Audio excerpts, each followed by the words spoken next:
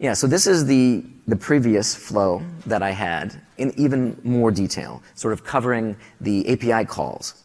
So these API calls are named very similar to the C++ calls, but it's the same as if you're in Unreal and Unity. So the calls themselves are conceptually all the same. The names may change based on the engine.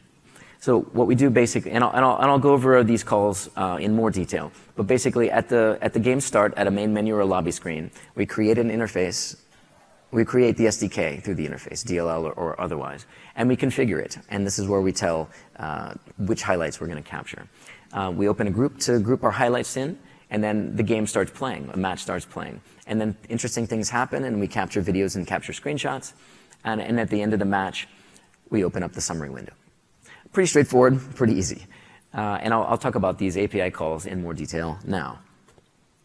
So the create itself, and apologize for the wall of text, but the create itself is pretty straightforward with a couple of interesting things here. So the first thing you might note is that we have this list of scopes at the top.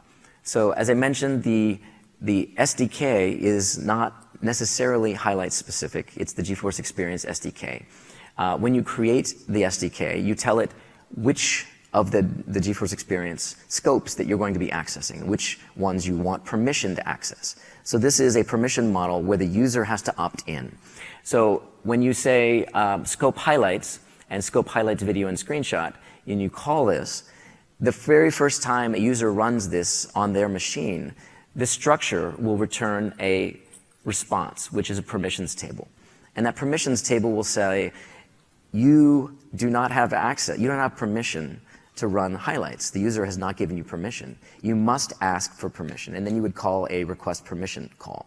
Afterwards, if the user accepts, when you call create, it will automatically return that the user has already accepted and yes. So it's an opt-in system that the user has full control over. This is not something we will ever force on the user. It's just purely their choice. So the other interesting piece about the create function is this poll for callbacks Boolean.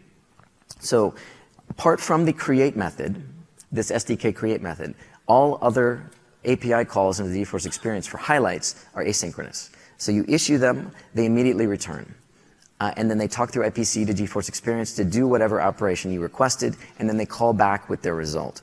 So the create may take some time on the order of a couple milliseconds or things like that. So you don't want to do this at runtime. It's sort of in a loading scenario or a main menu scenario. All the other calls are suitable for runtime as many times as you want because they're asynchronous. They do not block. They do not take time. So poll for callbacks allows you to control on which thread you get those callbacks. So if you say false, GFE will give you callbacks on whatever thread it wants. If you say true, it won't give you callbacks until you call a poll function. And then it will give you callbacks on the thread that the poll function is called from. So it's something that you may or may not care about. In Unreal and in Unity, we've handled it. If you're doing a C++ SDK yourself, then you probably need to think about this based on your game's threading.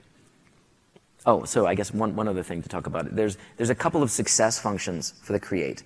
So one thing we've seen in some limited closed beta releases to developers of the Highlights SDK is that they tend to try and do a return code equals success as a test. And this is not valid. You should do you should be aware that there are multiple success values, and they're not all 0. So the values will be greater than 0 for success, but you shouldn't even assume that. We provide a macro called NVSDK succeeded, which returns a bool, so you should test that for your return codes rather than saying equal success, because some valid success conditions are old SDK and old GFE, and these are conditions that you may want to know about, but they don't block your use. So Highlights SDK itself is forwards and backwards compatible with GFE, or rather the other way around. GFE will be forwards and backwards compatible with the SDK. Right, so after you've created your SDK, you need to configure it. You need to configure your game, what you're going to save, what highlights and interesting events you expect to happen through the game. And that's where this is. And again, I apologize for some of the wall of text, and I'll decode it pretty quickly, but I wanted to give you actual code here to have you see what it really looks like. So configure primarily takes just the list of highlights that you want, as well as their localization tables. So in this example, we're configuring 2 different highlights. a highlight consists of a number of fields. The first field is an ID, and this is a character pointer that is just a tag that you will use later on to refer to that specific highlight. Then a user interest flag.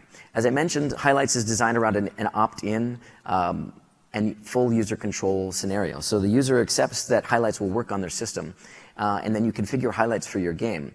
But then the user additionally has control over which highlights that you've configured that they actually want to be captured. So after you configure a highlight, the user may go in and say, no, I don't want those enabled. I'll turn them off individually. So there's an individual highlight on and off Boolean that the user has access to. User interest is what's the default value for that. So you can tell the user, well, I'm going to have this highlight disabled by default, but you can turn it on later. That's sort of what that is. Most highlights are probably going to default to true.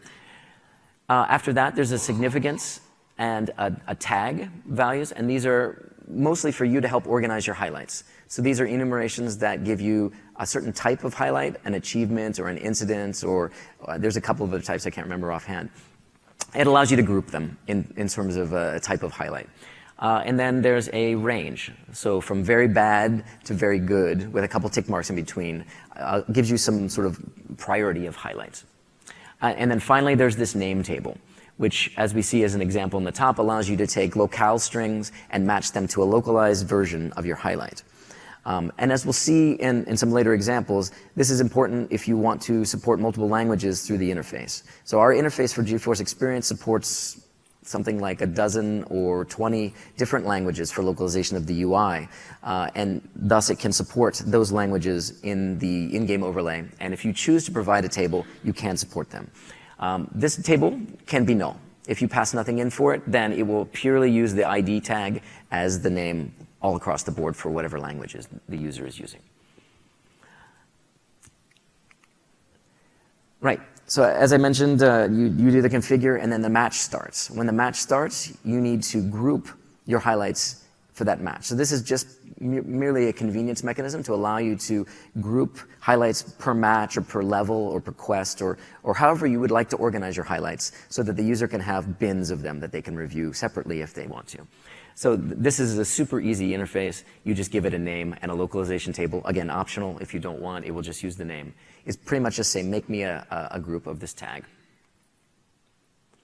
All right, and then after you have a group and the game is running, you take some screenshots. So you call screenshot, which only takes an ID, which is the group ID, which you previously created, and the screenshot highlight ID. So just those two tags, and that's all you need for a screenshot.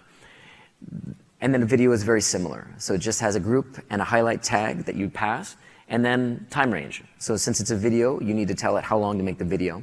And so you give it a delta time, start and end, in milliseconds. And you can pass negative or positive values to this. In terms of how far back you can go in time, I believe that the running buffer is something on the order of a minute or a minute and a half. But really, you shouldn't be recording highlights that long. But the actual value depends, I believe, on some of the settings in GFE. The user can control how big that buffer is. It's similar to the instant replay buffer in GeForce Experience. The end delta is longer, something on the order of 5 minutes. Again, don't make a 5-minute clip, but the values themselves are not really bounded. And you can do both negative or both positive. You have full control over the time deltas there. If you have a positive value for the end or start, then obviously the video will not save until sometime in the future.